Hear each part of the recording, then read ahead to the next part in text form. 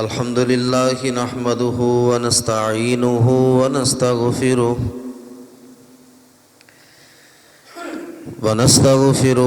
ونعوذ بالله من شرور أنفسنا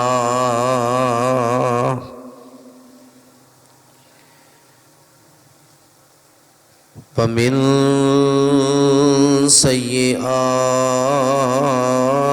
أعمالنا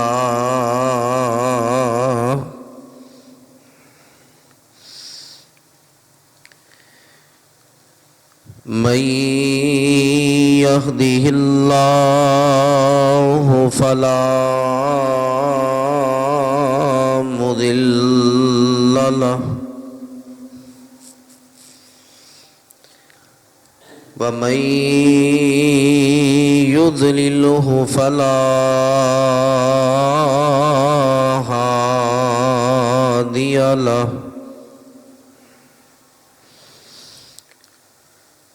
ونشهد أن لا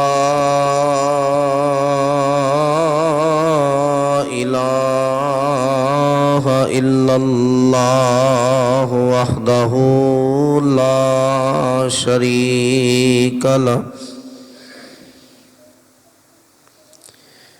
ونشهد أن محمدًا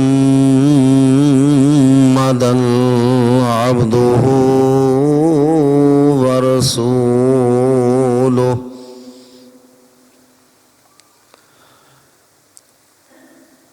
إن الله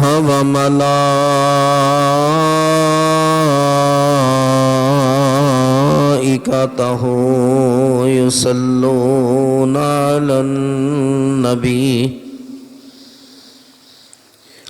يا أيها الذين آمنوا صلوا عليه وسلموا تسليما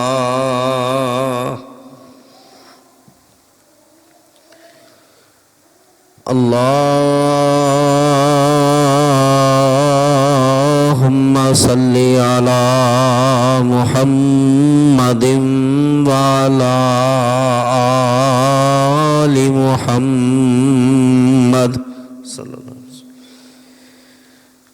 كما صليت على إبراهيم وعلى آل إبراهيم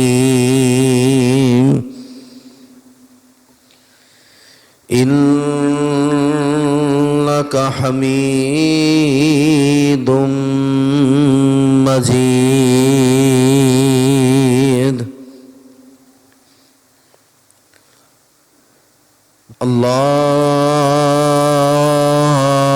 اللهم بارك على محمد وعلى آل محمد كما باركت على إبراهيم وعلى آل إبراهيم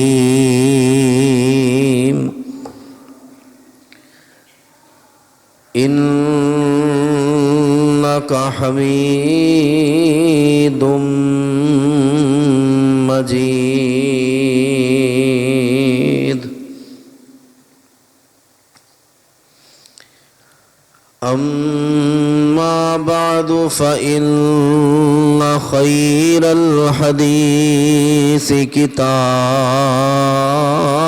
الله وخير الهدي هدي محمد صلى الله عليه وآله وسلم وشر الأمور محدثاتها وكل محدثة بدعة وكل بدعة ضلالة وكل ضلالة في النار.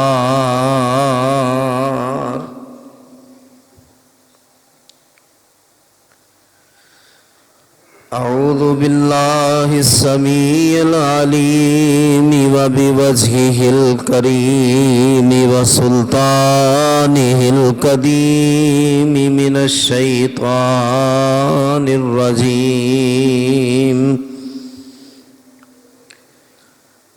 بسم الله الرحمن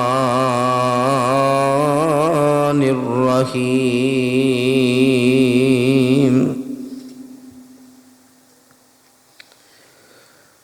كل نفس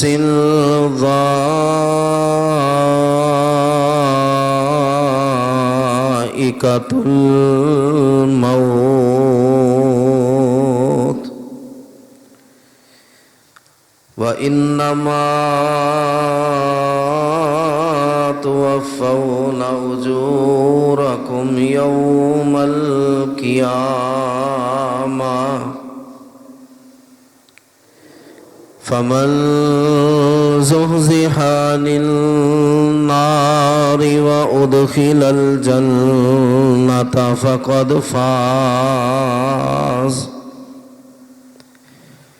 وما الحياة الدنيا إلا متاع الغرور.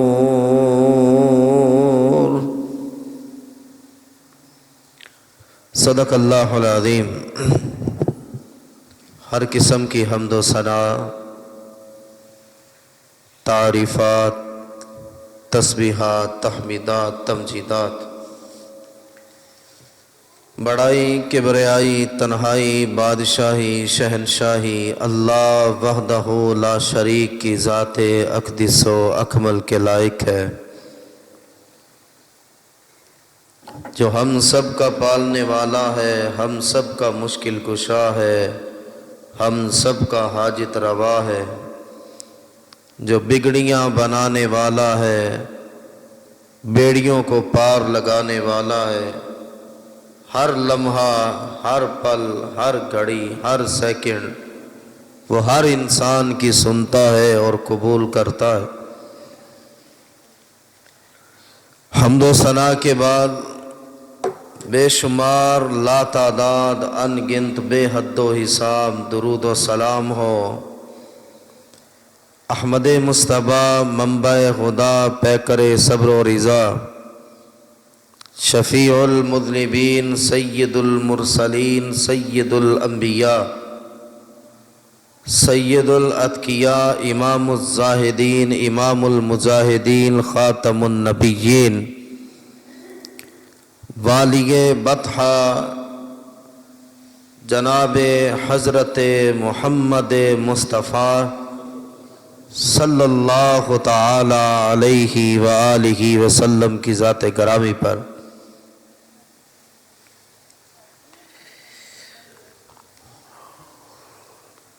انتہائی واجب الاحترام بزرگ حضرات، نوجوان ساتھیوں، معززات، عزت مآب ماں اور بہنوں،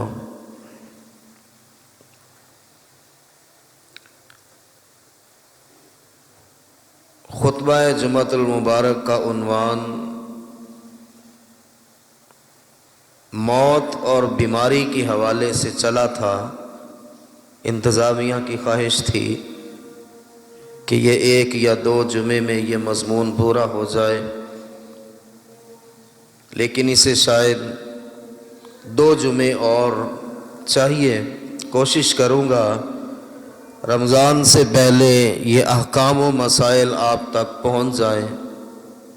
آج کا جمعۃ المبارک کا خطبہ میت اور میت سے متعلق جو احکام ہے اور جنازے تک کے احکام انشاءاللہ کوشش کروں گا وہ پورے ہو جائے. اس کے بعد غسل اور تدفین کا انشاءاللہ وہ موضوع رکھیں گے. اگرچہ ہمارے بڑے ہی قابل احترام بزرگ ہیں. انہوں نے علامات قیامت کے حوالے سے کئی بار حکم دیا. انشاءاللہ وہ بھی ذہن میں ہے، وہ بھی انشاءاللہ اسے بھی مکمل کریں گے. حضرات، مرنا تو ہر شخص نے ہے، موت حقیقی ہے. جو پیدا ہوا ہے اسے جانا ہے، اسے مرنا ہے، اللہ کے ہاں لوٹنا ہے. سب سے بڑی دعا یہ ہونی چاہیے کہ خاتمہ بالخیر ہو، موت کے وقت کلمہ پڑھنا نصیب ہو، اور موت کی کیفیت میں اللہ کرے ہمارے ارد گرد وہ مومن اور مواحد بیٹھے ہوں کہ جو اللہ کے رسول علیہ السلام کی اس حدیث پر عمل کریں، لَكِّنُوا عِنْدَ مَوْتَاكُمْ لَا إِلَٰهَ إِلَّا اللَّهُ.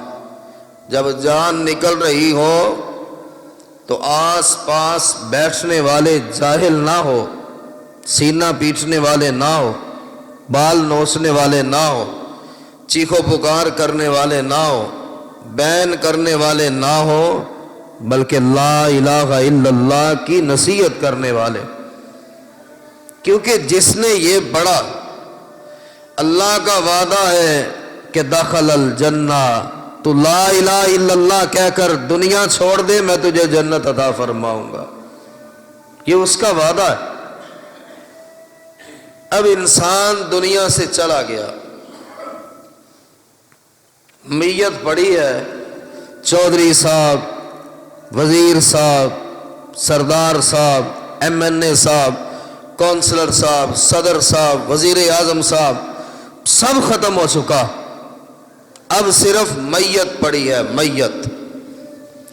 اور اگر یہ اپنے گھر والوں کو یہ کہہ کر نہ گیا کہ رونا اور پیٹنا مت، بال مت کھولنا، میری بیٹیوں، میری بیوی، میری ماں بے پردہ مت ہونا، تمہاری چیخوں کی آواز اہل محلہ نہ سنے، جب تک یہ روتی رہیں گی اس میت پر تازیانے برستے رہیں گے، کوڑے اس میت کو لگیں گے، تازیانے اس میت کو لگیں گے، عذاب اس مرنے والے کو دیا جا رہا ہے. اتنی عمر گزاری، میٹرک کروایا، ایف اے کروایا، بی اے کروایا، ایم اے کروایا، پی ایچ ڈی کی ڈگری دی، ڈاکٹر بنایا، انجینئر بنایا، دنیا جہان کی نعمتوں سے مالا مال کرنے والے، مرتے ہوئے بھی اللہ اور اس کے رسول کی بات نہ بتا کر گیا.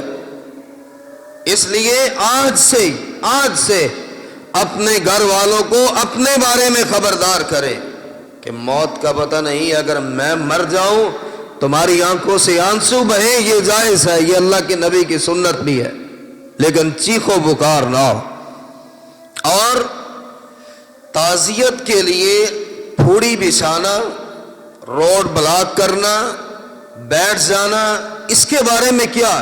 صحیح مسلم سنن نسائی کی روایت، رسول اللہ صلی اللہ علیہ وآلہ وسلم کے اہل بیت سے سیدنا جعفر رضی اللہ عنہ شہید ہو گئے، اور صحابہ کہتے ہیں جب 3 دن گزر گئے، اللہ کے نبی علیہ السلام نے خود اعلان فرمایا کہ لوگوں سے کہہ دو کہ 3 دن گزر گئے، اب میرے بھائی جعفر کا سوگ کرنے کے لیے کوئی اس کے گھر میں نہ آئے.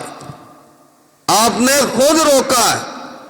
3 دن گزر گئے، لوگوں میں اللہ کا رسول تمہیں روکتا ہوں، 3 دن سے اوپر سوگ نہیں ہے، اب کوئی نہ آئے کہ 3 دن گزر چکے.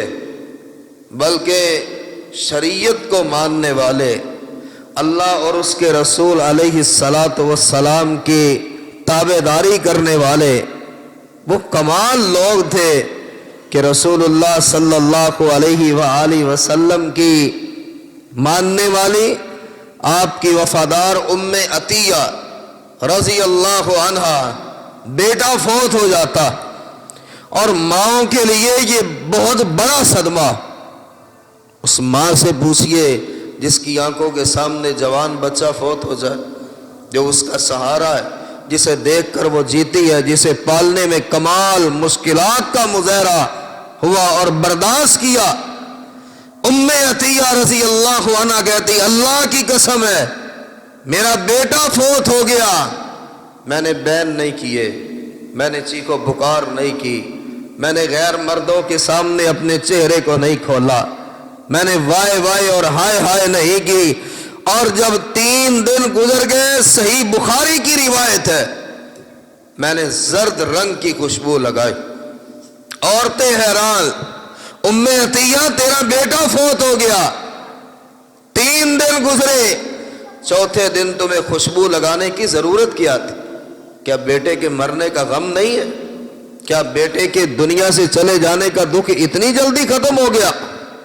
ام عطیہ نے آسمان کی طرف انگلی کی، اس اللہ کی قسم ہے جس کے ہاتھ میں میری جان ہے، بیٹے کا دکھ بڑا ہے، لیکن خوشبو لگا کر یہ ثابت کیا کہ اللہ کے نبی نے شوہر کے علاوہ کسی کی میت پہ 3 دن سے زیادہ شوق کرنے کا حکم ہی نہیں دیا، چاہے وہ بھائی ہو، چاہے وہ بیٹا ہو، چاہے وہ باپ ہو۔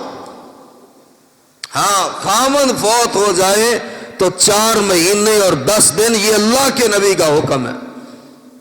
شریعت پر عمل کرنے والے تو میرے بھائی ایسے چلتے۔ اور ہاں سب سے بڑی بات کہ کہیں انسان مشرک نہ مر جائے، شرک کرتا ہوا نہ مر جائے۔ میں جہاں سے گزر رہا تھا، راستے میں ایک شہر آیا اور وہ پچھلے 3 دن سے شہباز قلندر نام پر دیگیں چڑھا رہے ہیں اور لوگوں کو گوشت کھلا رہے ہیں، اور کلیئر الفاظ میں لکھا ہے کہ یہ شہباز قلندر کی نظر و نیاز۔ 3 دن سے آدمی مشرک نہ مر جائے، کیونکہ یہ جو میت پڑی ہے کہ رسول اللہ صلی اللہ علیہ وآلہ وسلم کو اللہ نے کہا، دنیا کے کسی دیوبندی سے، کسی بریلوی سے، کسی اہل حدیث سے، کسی اہل سنت سے، کسی شیعہ سے ترجمہ کروائے کہ اس آیت کا مطلب کیا ہے، لَإِنْ أَشْرَكْتَ لَيَحْبَطَنَّ عَمَلُكَ وَلَتَكُونَنَّ مِنَ الْخَاسِرِينَ۔ اے محمد صلی اللہ علیہ وآلہ وسلم، اگر آپ بھی اللہ کے ساتھ کسی کو شریک کرتے، اے محمد میں تمہارے سارے اعمال کو بھی ضائع کر دیتا اور تم بھی خسارہ پانے والوں میں ہو جاتے۔ کسی نبی کے لیے جائز نہیں، کسی ولی کے لیے جائز نہیں، کسی پیر و فقیر کے لیے جائز نہیں کہ وہ اللہ کے علاوہ ماتھا ٹیکے یا کسی کو تعلیم دے کہ اس دربار پہ آ جاؤ، اس پھوڑی پہ آ جاؤ، اس قبر پہ آ جاؤ، اس ڈھیری پر آ جاؤ، یہاں سے دھاگا باندھ لو، یہاں سے چھلا پہن لو، یہاں پر آؤ اور سجدہ کرو۔ یہاں تو محمد کریم علیہ السلام سے قرآن میں ڈائریکٹ کہہ دیا گیا، آپ بھی شرک کرتے تو آپ کے اعمال بھی برباد کر دیے جاتے۔ رسول کریم علیہ السلام نے فرمایا، لعن رسول اللہ زائرات القبور والمتخذین علیہ المساجد والسرج۔ اس بات کو یاد رکھیں، کوئی کتنا ہی پیارا کیوں نہ دنیا سے چلا جائے، کوئی کتنا ہی محبوب کیوں نہ چلا جائے، باپ دنیا سے چلا جائے، بیٹا چلا جائے، خاوند چلا جائے، ہم قبر پہ پھول ڈالتے ہیں، کس کے کہنے پر ڈالتے؟ کہاں سے لائے ہم شریعت کو؟ کہاں سے لائے؟ وہ ایک رخنہ ڈال کے اور لوگوں میں ثابت کیا کہ نعوذ باللہ محمد کریم نے ہم کو نہیں بتایا، ہم نے خود کھوج کی ہے۔ کس کے کہنے پر قبر پہ پھول ڈالے جاتے؟ رسول اللہ صلی اللہ علیہ وسلم نے فرمایا، اللہ کی لعنت ہو ایسی عورت پر جو قبرستان میں جاتی ہے، اللہ کی لعنت ہو ایسی عورت پر، ایسے مرد پر جو کسی قبر کو سجدہ گاہ بناتے، جو کسی قبر کو مسجد کا درجہ دیتے۔ اللہ اور اس کے رسول نے اس پر لعنت کی ہے۔ جو کسی قبر کو سجدہ کرے، اللہ کی لعنت ہو اس پہ کہ رب کا حق مردے کو دے رہا ہے۔ اور تیسری بات، اللہ کی لعنت ہو اس مرد پہ، اس عورت پہ جو کسی قبر پہ چراغ جلاتا۔ چراغ جلتے ہوئے ہم دیکھتے ہیں، چراغ جلاتے ہوئے بھی ہم دیکھتے ہیں۔ اب جس کی قبر کے اندر روشنی ہے، جنت کی کھڑکی کھلی ہے، اسے تمہارے چراغ کی ضرورت کیا؟ اس کی قبر پہ سورج بھی لا کے رکھ دو، اسے کوئی فائدہ نہیں۔ اور جس کی قبر میں اندھیرے بچھے ہوئے ہیں، ساری کائنات کی روشنیاں لا کر رکھ دو، اس کی قبر پھر بھی اندھیرے سے بھری ہوگی۔ لیکن چراغ جلانا اللہ اور اس کے رسول علیہ السلام کی لعنت ہے اس پر، یہ صحیح بخاری کی روایت۔ تیسری بات، رسول اللہ صلی اللہ علیہ وآلہ وسلم نے فرمایا کہ جو مر جاتا ہے، جو میت ہے، جب قبر تیار کی جاتی ہے اور کسی غسل دینے والے کو بلایا جاتا ہے، افسوس، صد افسوس تو یہ ہے کہ باپ مر جائے بیٹے کو غسل دینا نہیں آتا، ماں مر جائے بیٹی کو غسل دینا نہیں آتا، بھائی مر جائے بھائی کو نہیں پتا غسل کیسے دیا جاتا۔ رسول اللہ صلی اللہ علیہ وآلہ وسلم نے فرمایا من کفنا میتن، اور یہاں تو باپ اور بھائی کی بات ہے، من کفنا میتن، کسی لاوارث میت کو کفن دینے والا، من غسل میتن، کوئی لاوارث مر گیا، روڈ ایکسیڈنٹ ہوا ہے پتہ ہی نہیں چلا، نہ جیب سے آئی ڈی کارڈ نکلا ہے، نہ کوئی نشانی نکلی ہے، نہ کوئی ایسا کاغذ ہے جس سے جان پہچان ہو، یار لاوارث ہے، اور اسے کسی نے غسل دے دیا، غفر اللہ لہ 40 مرۃ، ابھی وہ غسل دے کے فارغ نہیں ہوا، آسمان والا رب کہتا ہے میرے بندے تو نے اپنے بھائی کو غسل دیا، 40 مرتبہ میں اللہ تجھے معاف کرتا ہوں، 40 بار تجھے معاف کرتا ہوں۔ ومن کفن میتا، اور جس نے کسی لاوارث کو کفن دے دیا، لاوارث کو، نہ جاننے والے کو، پرائے کو، ان کے پاس پیسے نہیں، حالات نہیں، کسا اللہ من استبرق، اللہ اس کو جنت کا ریشمی لباس قیامت کے دن پہنائے۔ یہ تو ہے لاوارث کی بات۔ اگر باپ فوت ہوتا ہے، بھائی فوت ہوتا ہے، بیوی فوت ہوتی ہے، رسول اللہ صلی اللہ علیہ وآلہ وسلم نے فرمایا، سنن نسائی کی روایت، کہ جو دنیا میں سرپرست تھا سب سے زیادہ کفن دینے کا بھی وہی حقدار ہے۔ لوگ بھاگے آتے ہیں، جی کفن مجھے دینے دے، دوسرا کہتا ہے جی مجھے دینے دے، تیسرا کہتا ہے جی مجھے دینے دے، چلے ہم بھی اس میں شامل ہو جائیں۔ صحیح مسلم کی روایت، جو دنیا میں سرپرست تھا کفن دینے کا حق بھی اللہ کے رسول نے اس کو دیا، وہی اس میت کو کفن دے۔ اور پھر من غسل میتا فکتم علیہ، یہ معاملہ بڑا نازک ہے، غسل دیا ہے، اس کے جسم پر کوئی عیب دیکھ لیا، اس کے جسم پر کوئی ایسی چیز دیکھ لی جو ناگوار گزری ہے، لیکن اگر یہ کفن دینے والا انسان اس میں عیب دیکھ کر اسے چھپا لیتا ہے، یار میں نے غسل دیا، کوئی بات نہیں یار، عیوب تو مجھ میں بھی ہزاروں ہیں، عیب تو مجھ میں بھی سینکڑوں نہیں، ہزاروں نہیں، لاکھوں ہیں، کروڑوں ہیں، اگر میں گننا چاہوں قیامت آ جائے میں اپنے عیب نہ گن سکوں۔ جو اللہ کی رضا کے لیے میت کا عیب چھپا لیتا ہے، جامع ترمذی پڑھ لیجئے، اللہ کا وعدہ ہے قیامت کے دن تیرا کوئی عیب میں کسی کے سامنے ظاہر نہیں کروں گا۔ میرے بندے، مرنے والے کا اتنا احترام کیا، مرنے والے کو تم نے مرتے وقت اس کے بعد بھی عزت دی، اور تم نے اس کا عیب چھپایا، جا میں رب تیرا وعدہ کرتا ہوں دنیا میں بھی تیرے عیب چھپاؤں گا، قیامت کے دن بھی تیرے عیب چھپاؤں گا۔ جی انشاءاللہ یہ جو بھائی نے پرچی بھیجی ہے میں اسی طرف آ رہا ہوں، یہ بھی مضمون میں آئے۔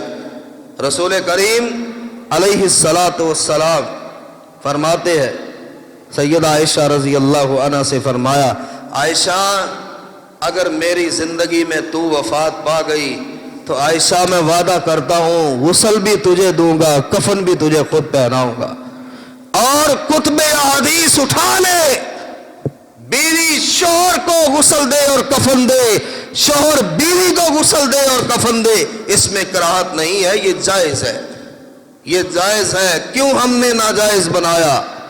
کیوں ناجائز بنایا؟ آج تک کسی عورت نے اپنے خامن کو غسل نہیں دیا ہوگا، آج تک کسی عورت نے یہ جرت نہیں کی ہوگی میں اپنے خامن کو غسل دوں، آج تک کسی شوہر نے ایسا کیا ہے جتنے ہم یہاں بیٹھے ہیں۔ اللہ کے نبی کی سنت ہے اور اللہ کے نبی نے یہ خود خواہش کی تھی کہ اللہ کی قسم ہے عائشہ، اگر میری زندگی میں تو وفات پا گئی میں خود تمہیں غسل دوں گا۔ اور ماں عائشہ رضی اللہ عنہا ام عطیہ سے روایت کرتی ہیں، صحیح بخاری کی روایت ہے، کہتی ہے والذی نفسی بیدی، اس اللہ کی قسم ہے جس کے قبضہ قدرت میں میری جان ہے، اگر اس حدیث کا مجھے پتہ چل جاتا میں اور نبی کی دوسری بیویاں مل کر رسول اللہ کو غسل دیتی، ہم اللہ کی نبی کی بیویاں مل کر اللہ کے رسول کو غسل دیتی، کاش کہ اس حدیث کا ہمیں پہلے پتہ چل جاتا۔ کیا اس سے معلوم ہوتا ہے بیوی اگر شوہر کو غسل دے تو جائز، شوہر اگر بیوی کو غسل دیتا ہے اور کفن پہناتا ہے تو بھی جائز۔ رسول کریم علیہ الصلاۃ والسلام کو غسل کس نے دیا تھا؟ اور یہ بھی جانیے قریبی حقداروں، میت کا یہ حق نہ مارنا، غسل کا طریقہ سیکھے، کیسے غسل دیا جاتا۔ رسول اللہ صلی اللہ علیہ وسلم نے فرمایا قرابت دار سب سے زیادہ حقدار ہے کہ وہ اپنے رشتہ دار کو غسل دے۔ رسول اللہ صلی اللہ علیہ وآلہ وسلم کو غسل دینے والے کون تھے؟ حضرت علی، اللہ کے نبی کے داماد، قریبی ہیں، جسے بیٹی عطا فرما دی اس سے زیادہ قریبی کون ہے؟ اور دوسرے حضرت عباس، اللہ کے رسول علیہ السلام کے چچا، یہ بھی قریبی ہے۔ تیسرے فضل ابن عباس، چچا زاد بھائی، اور چوتھے حضرت صالح، آپ کے آزاد کردہ غلام تھے، یہ بھی قریبی تھے۔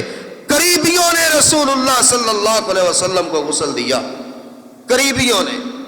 اور قرابت دار ہاتھ اس طرح ہاتھ باندھ کر پیچھے کھڑے ہوتے، غسل دینے والا کوئی ڈھونڈو، قبر کھودنے والا کوئی ڈھونڈو، لحد بنانے والا کوئی ڈھونڈو۔ اور یہ بھی صحیح بخاری اور سنن نسائی کی روایت ہے، قبر کھودنے والا، غسل دینے والا، ان کی اجرت میت کے مال میں سے دینی چاہیے، ان کی اجرت میت کے مال میں سے دینی چاہیے۔ اور جب قبر کھودنے والے کو آپ نے اجرت دی ہے اور پھر اس کو غسل دینے والے کو آپ نے اجرت دی ہے، اس کے بعد سب سے پہلا کام میت کے حوالے سے، میت کے مال سے اس کا قرض اتارا جائے۔ آپ میت کو بوجھ پہ بوجھ ڈال کر اسے دنیا میں نہ بھیجے، آخرت کے لیے نہ بھیجے، آپ اس کے مال سے اس کا قرض اتارے۔ رسول اللہ صلی اللہ علیہ وآلہ وسلم نے فرمایا غسل دینے والے کے لیے غسل ہے اور کندھا دینے والے کے لیے وضو ہے۔ یہ ترمذی کی حسن روایت، غسل دینے والے کے لیے غسل اور کندھا دینے والے کے لیے صرف وضو کر لینا کافی ہے۔ اب ایک اور بات، اس سے پہلے ہم آتے ہیں، تعزیت کیوں نہیں کرتے؟ تعزیت کیوں نہیں کرتے؟ افسوس میں شامل کیوں نہیں ہوتے؟ یار وہ آدمی وفات پا گیا ہے، محلے دار ہے، نمازی تھا، لین دین میں میرا وہ جاننے والا تھا، یہ مانا والا، وہ پیچھے مومنا بات، یار وہاں میرا ایک جاننے والا، یار اس کا عزیز فوت ہو گیا، اس کا رشتہ دار فوت ہو گیا، کون اتنا بینڈا کرے، کون اتنا صبر کرے؟ چلو یار میرا تو تعلق صرف اس سے ہی ہے، اتنا آگے جانے کی ضرورت کیا ہے؟ حضرت محمد کریم علیہ السلام نے فرمایا، صحیح روایت ہے کہ جو آدمی اللہ کی رضا کے لیے کسی کی تعزیت کے لیے جاتا ہے، قیامت کے دن اللہ کے دربار میں آئے گا، اللہ اسے جنت کا ریشمی لباس پہنائے گا، جنت کا ریشمی لباس۔ کس لیے؟ کہ اپنے مسلمان بھائی کی تعزیت کے لیے گیا، اپنے مسلمان بھائی کے مرنے کے افسوس کے لیے گیا، لوائقین کو دلاسا دینے کے لیے گیا، رشتہ داروں کو تسلی دینے کے لیے گیا، ان سے ملا، کلمہ خیر کہا۔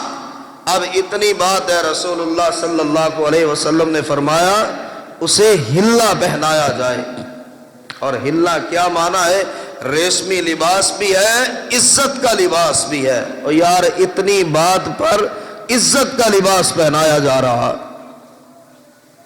رسول کریم علیہ الصلاۃ والسلام کو 3 یمنی چادروں میں غسل دیا گیا، کفن دیا گیا، 3 یمنی چادروں میں، اور سفید چادر میں غسل دینا سب سے افضل ہے۔ عورت کو 5 چادروں میں غسل دیا جاتا، کفن دیا جاتا، اور یہ کفن دینے والے یہ بھی وہ ہو جو دنیا میں سرپرست ہو، اگر اس کا سرپرست نہ ہو تو پھر اس کے قرابت دار، اگر قریبی بہت قریبی رشتہ داروں میں نہ ہو پھر دوسرے عام رشتہ دار۔ اور بھائی ایک کفن پہنانے پر تمہیں اللہ جنت کا لباس دے رہا ہے، تم کیوں نہیں قبول کر رہے؟ کفن کیا اتنا مہنگا ہے جو تمہاری بہت زیادہ اس پر کمائی لگے گی؟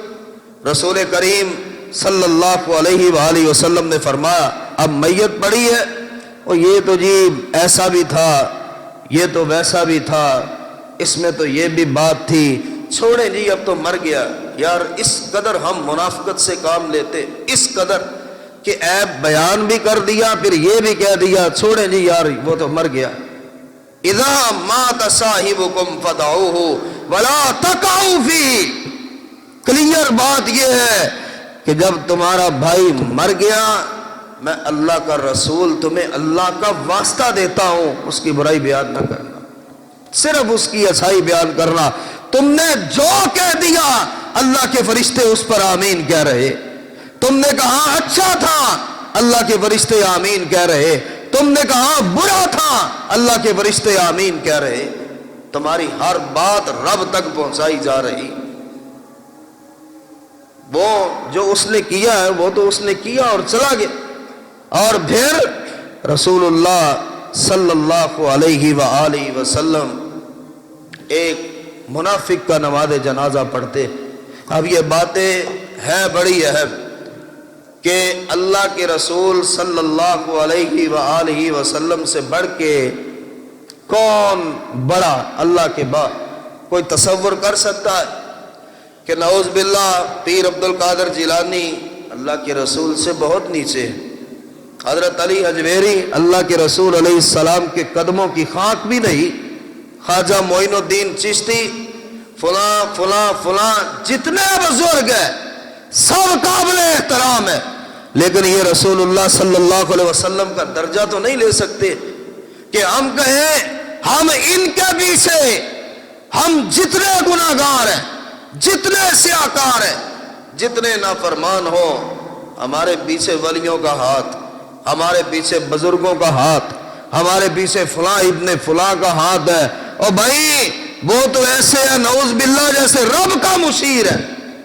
حضرت عبداللہ رضی اللہ عنہ روتے روتے نبی علیہ السلام کی خدمت میں حاضر ہوئے، یا رسول اللہ صلی اللہ علیہ وسلم میرا باپ عبداللہ ابن ابی مر گیا، اور میں جانتا ہوں اللہ کے رسول آپ کو بڑی تکلیفیں پہنچائی گئی، میں جانتا ہوں اس نے کوئی معاملہ نہیں چھوڑا، میں جانتا ہوں کہ آپ کی بیوی عائشہ رضی اللہ عنہا، جو آپ اور سیدہ عائشہ دونوں 1 مہینہ روتے رہے، نہ آپ کے آنسو خشک ہوتے تھے نہ ماں عائشہ کے آنسو خشک ہوتے تھے، اس کے پیچھے بھی سب سے بڑا کردار میرے باپ عبداللہ ابن ابی کا تھا، لیکن یا رسول اللہ میں بیٹا ہوں، دل تڑپتا ہے، دکھی ہوتا، اللہ کے نبی علیہ السلام آئے اس کی نماز جنازہ ہی پڑھا دیں، آپ تو رحمت للعالمین ہے، آپ تو رحمت ہی رحمت ہے۔ اللہ کے رسول اٹھے، ابو بکر حضرت عمر رضی اللہ عنہ غیرت میں آ گئے، یا رسول اللہ جو دشمنوں میں بدترین دشمن ہے، جو سب سے برا دشمن ہے، جس نے نہ آپ کو چھوڑا نہ آپ کے گھر کی عزتوں کو چھوڑا، اللہ کے رسول علیہ السلام رہنے دے، ایسے دشمن کی نماز جنازہ نہیں پڑھاتے۔ اللہ کے نبی علیہ السلام نے فرمایا عمر میری نماز جنازہ پڑھانے سے یہ عذاب قبر سے بچ جائے تو میں اس پہ خوش ہوگا۔ اللہ کے رسول علیہ السلام اپنی قمیض اس کے گلے میں ڈالتے ہیں۔ کوئی لوگ تو کربلا کی مٹی رکھتے ہیں نا لحد میں، اور کوئی ایک سفید چادر لے کر بیت اللہ جاتا ہے، چلو عمرہ بھی کر آؤں گا، اور آب زمزم سے اس چادر کو دھو کر سنبھال کے رکھ لیتا ہے کہ یہی چادر میرے کفن کے طور پہ کام آئے گی کہ اس پر آب زمزم کا پانی ہے۔ یہ آب زمزم کا پانی اور یہ کربلا کی مٹی ایک طرف ہے، رسول اللہ کی قمیض ایک طرف ہے۔